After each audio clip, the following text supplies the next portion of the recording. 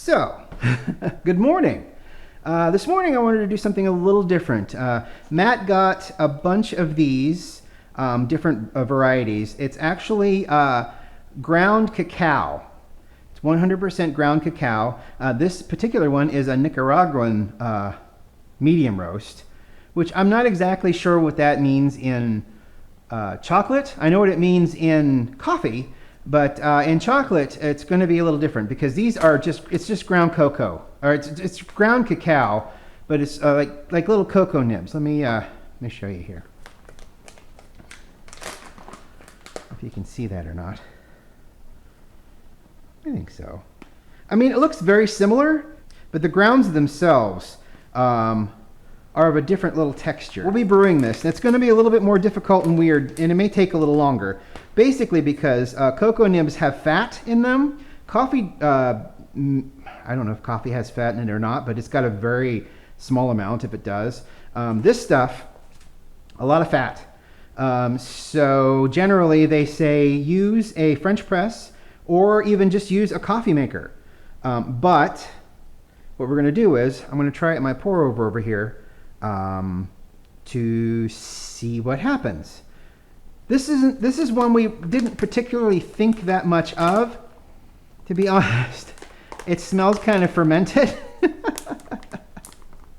It's like, you know, you got bananas that have been sitting there a little ripe, and they're a little too ripe, and it's like, ooh, you get that nice hit of, that's a little sour smelling. It's a little fermented, and we've tried it, and the better ones are over there, but he got sample packs of those. This one's a 4-ounce one. I think they're all 4 ounces.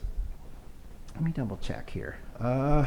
See these? Yeah, these are the same. So these are, they're all 4 ounces. Just for some reason, this one, a little bit bigger. So yeah, there's a Ghana one, there's Venezuela, and then there's an Uber Dark, which we have opened, which I think he likes that one. This one, I'm gonna brew it. We're gonna see what it looks like. We're gonna see how it acts. I'm gonna taste it, and then I'm going to add my pistachio that we had yesterday. To it to see if it makes it a little bit. I mean, it's not bad. It's just. I mean, it's cocoa with 0 sugar in it. So I don't know if it's possible for you to picture that at all, or in your head know what that tastes like. I'm trying to think. If you got your hands on like dark chocolate powder that we used to have in like the 80s and 90s when Mom would make brownies and she would sprinkle dark chocolate into something, mix it, and then add a ton of sugar. If you accidentally stuck your finger in it and tasted it, it would taste like bitter.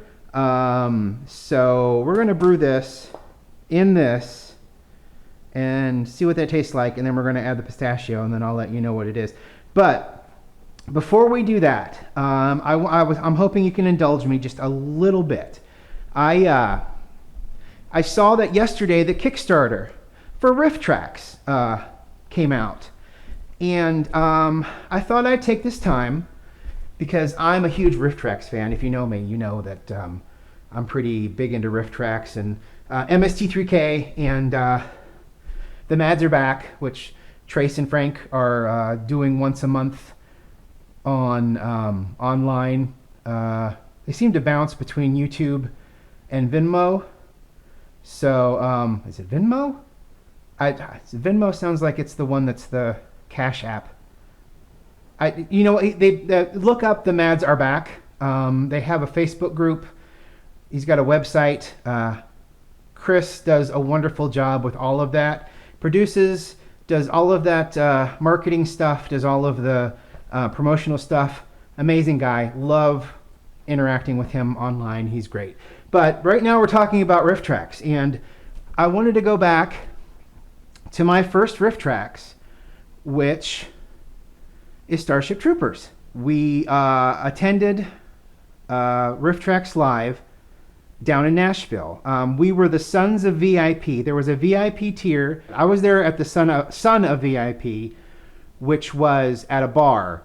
And it was basically, we had a whole bar area to ourselves. There were about 10 or 11 or 12 of us. 12 of us plus one. So each of us brought a +1 for the most part. So maybe about 20 of us along with them, and we met and we got to have bar snacks and had drinks and just interacted with them, and it was the most wonderful experience I think I had ever had. Meeting those people that had meant so much to me in college, when MST3K was on the Sci-Fi Channel, and I'd been watching them for decades. I mean, they're on YouTube. They've been releasing VHS and DVDs for ever. So I got to meet them, and the writers, Connor and Sean and Jason Martin, who does a lot of this wonderful art, is Jason Martin. Wonderful guy. You should follow him on Twitter. He does all of these wonderful drawings. Also met the Davids, David, who is a CEO, and David Martin, who basically looks like he's having a heart attack because he's hurting the three cats, basically, because they're interacting with the fans and having a good time, and seems to be worrying about everything. Wonderful, wonderful guy. And then there's Eric Peterson, who is their internet guru, who, again, a really amazing guy that I love talking to. Even on Discord, when I message him to see how he was doing, he would respond and know who I am. And I think that's the biggest part of why this means so much more to me now, is that my interaction with them. And, I think we've been to 6 live events in Nashville. We've been to every show. Every show that you see here, we've watched at least at a local movie theater, because Fathom Events broadcasts them across around 700 theaters across the country. But I've been to quite a few of these. The last one we went to was the Amityville, The Evil Escapes. That was 2 years ago. Last year, because the VIPs sold out immediately, which is fine. It's absolutely fine. I was happy that more people got to go and experience meeting, the entire Riff Tracks crew, because it is, it's a wonderful experience, and it's so non-stressful. Everybody seems very at ease, except for poor David D. But that's okay. That's how he functions. But somebody got to go. So instead, I wrote a riff for Swamp Thing, and I paid for the tier on the Kickstarter, and then I got to write a riff for a specific scene, and then Bill said my riff, and people laughed, and hearing my words repeated on a big screen was another brand new thrill that matched the Starship Troopers show. So again, this year, I'm doing the writing a riff for this year's Kickstarter, and it just started yesterday. So I thought that because that was happening, I would, just bring the camera down here and show my Riff Track stuff. And then, of course, Tom Servo and Crow from MST3K, a wonderful artisan, created these, and I bought both of them. Got Crow in time to get down to Nashville for the Amityville show, and Kevin, Bill, Mike, and Bridget signed both of them, and it's a thrill. It is the absolute best. They're actually puppets. I'm gonna fall over. Crow, his eyes move, his head moves as well, but he's kind of anchored to this base. But his eyes move and his mouth moves. He's got a really tough, heavy spring in there. So, and then Tom's head's on ball bearings, and it's got a little stick going out here, so you can twist his head with the stick, and then he also has a string, and his mouth moves. And then he's got his hands and the engine block and the piggy bank, or the barrel bank, I think that was.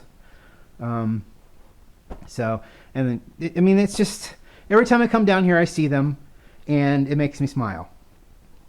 I guess I'll include them on the when I do um, the clean of every shelf. I plan on taking apart every shelf and showing what's on it. I should last a while. Before we continue here, I want to show Trace and Frank. I caught them when they were live here in Columbus the last time, doing The Mads Are Back.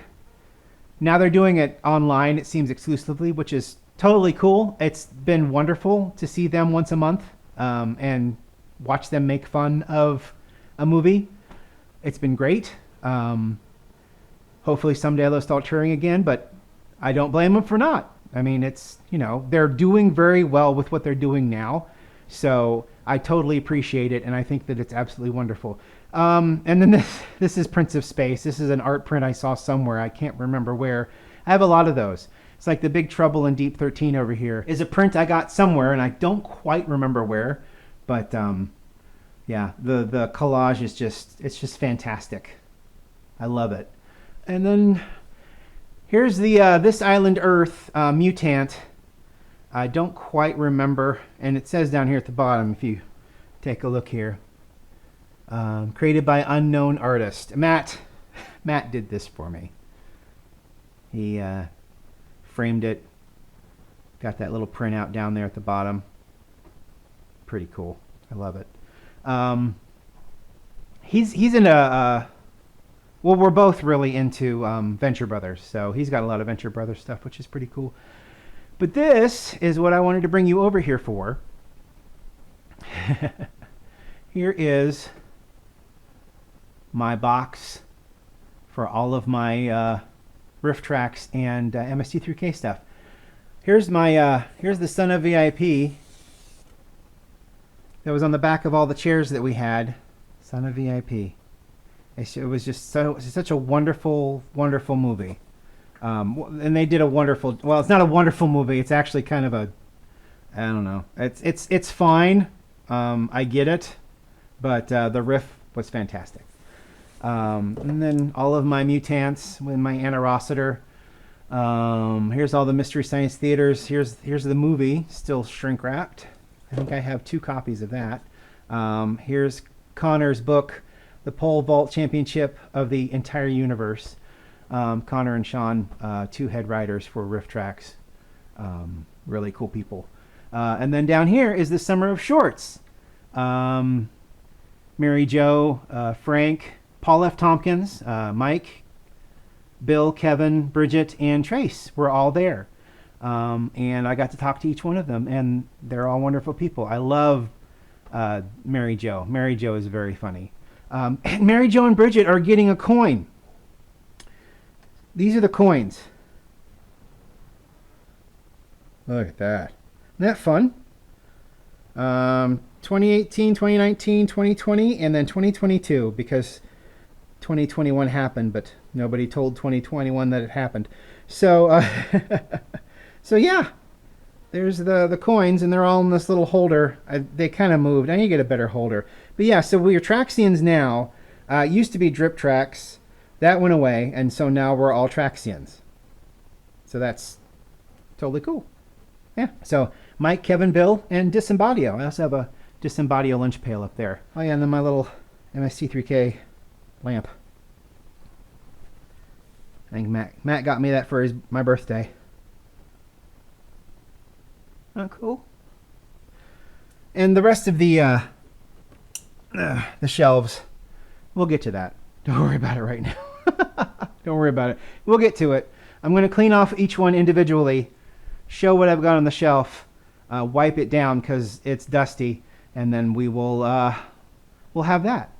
But I thought I would bring you down here. Oh yeah, real quick like.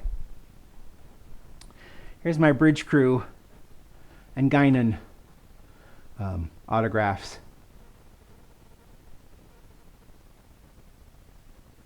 Anyway, I've got a couple more Star Trek autographs. I've just not put them up. Matt helped me frame this out so that it looks really nice. So, oh yeah, and then there's this I found this on eBay. This is the season 1. They're advertising it on video cassette. VHS. Video cassettes. They were cassettes. For the children that don't know. No, you know. I'll tell you what. Your parents still have VHSs because your grandparents still have VHSs. May not have a VCR that works, but they still have VHS.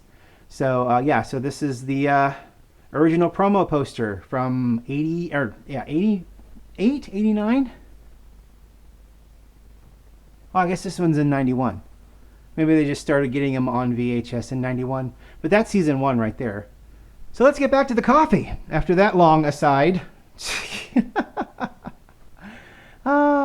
We may do this as a 2-parter. I don't know. But yeah, so that's my story. RiffTrax, MST3K.